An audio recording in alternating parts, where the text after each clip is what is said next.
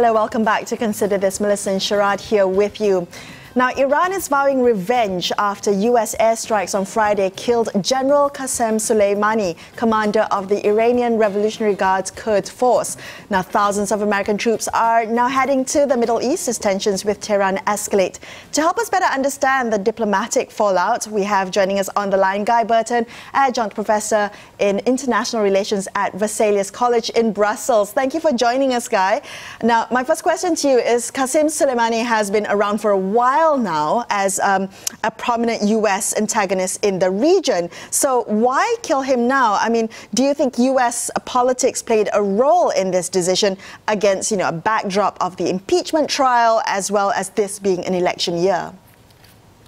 Yes, well, thank you very much for having me on your show. That's a very good question, because I think that's really what's starting to be asked now that sort of the fallout of the killings happened.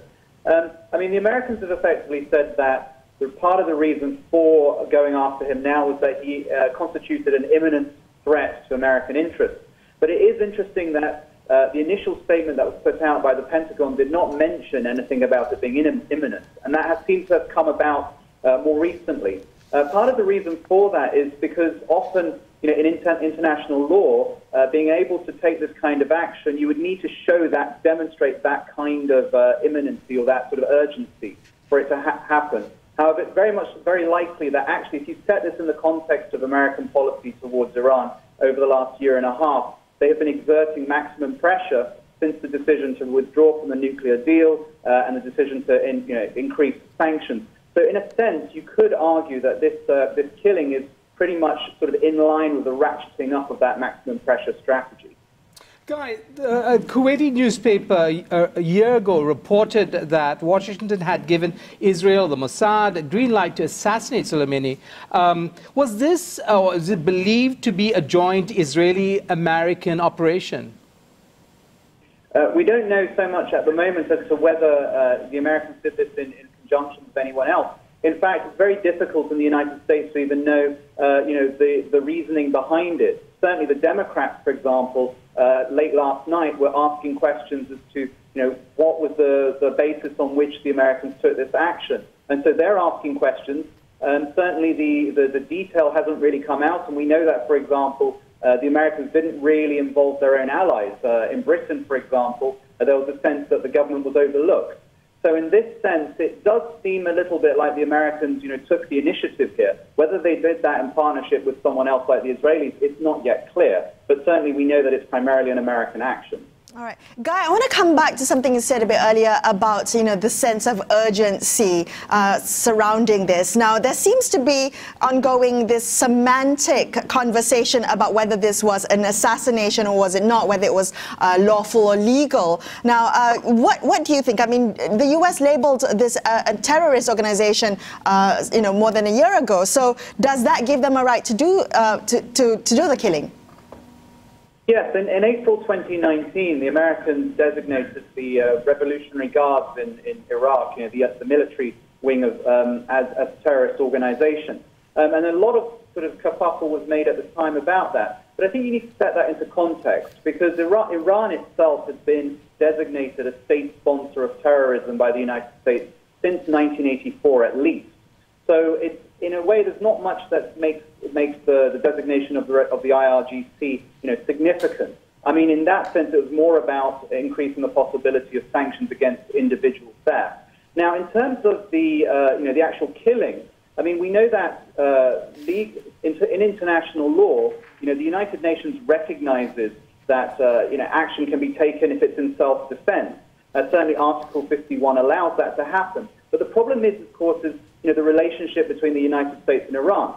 As they are not in an official form of war. There hasn't been a declaration of war. So it's very difficult to say that the United States has the legality to be able to take the action that it did. And certainly a number of people who are familiar with this area of extrajudicial killing, have raised some doubts as to whether the United States really had the position or the claim that it said it had.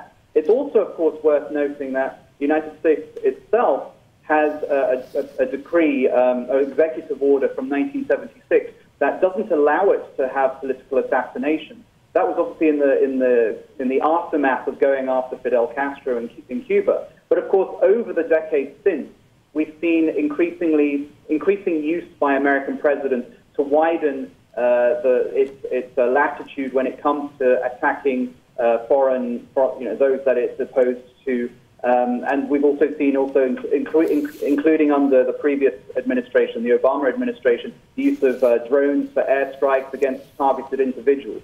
So Guy, can I interrupt you at this point? You know, while Soleimani is hailed as a hero in Iran, but we know, of course, also there's divided opinion about him in the exile community of Iranians.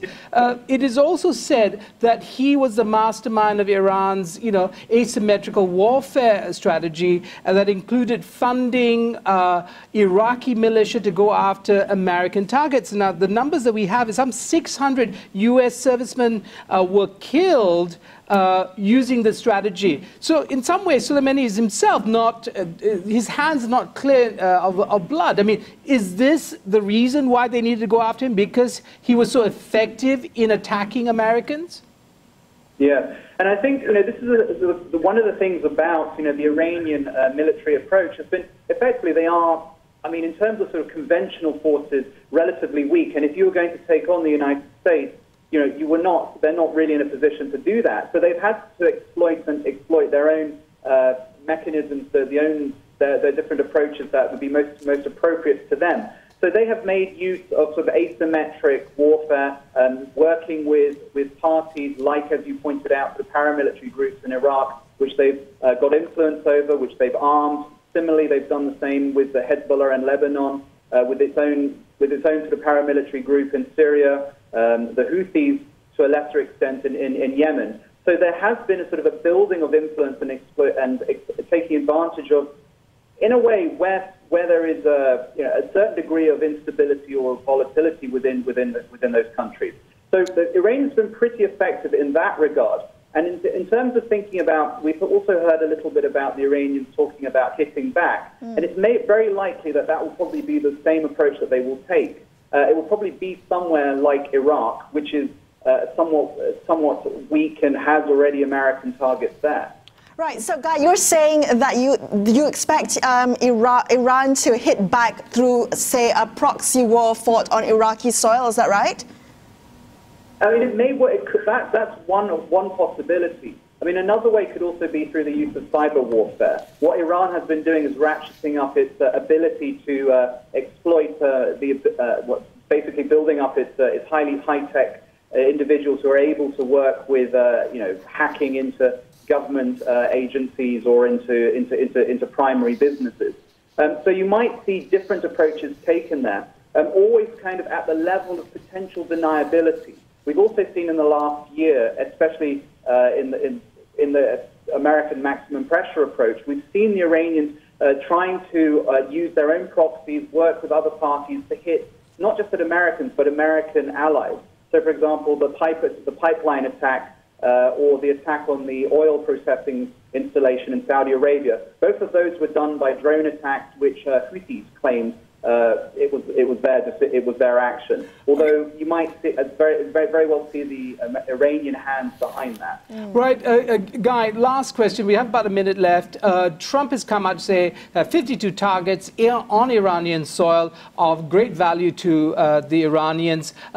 Do you think this administration, in particular, I know Mike Pompeo has come out to say they will play by the international rules, but do you think Trump will observe the niceties? Why not attack Iran directly, if it serves its purposes? Sorry, to attack Iran or to attack Iran directly? Why not attack Iran directly? Well, I think that to do that would be to really ratchet up the confrontation. I mean, let's be clear. This regime is not necessarily a loved regime. But as we've seen, the sheer numbers of people that have been out on the streets, in response to the killing and following the funeral procession. Now, it's unlikely that they are all, diehard supporters of the regime. But we've got to see this as in a nationalistic way. An attack on Iran would be a direct attack on the Iranian people, and that, of course, would lead to a nationalist uprising. So I think the Americans would be playing with fire if they were to target Iran directly. Right. Thank you so much for speaking with us, Guy, and sharing your insights. Now we'll be back with more on Consider This. Don't go anywhere.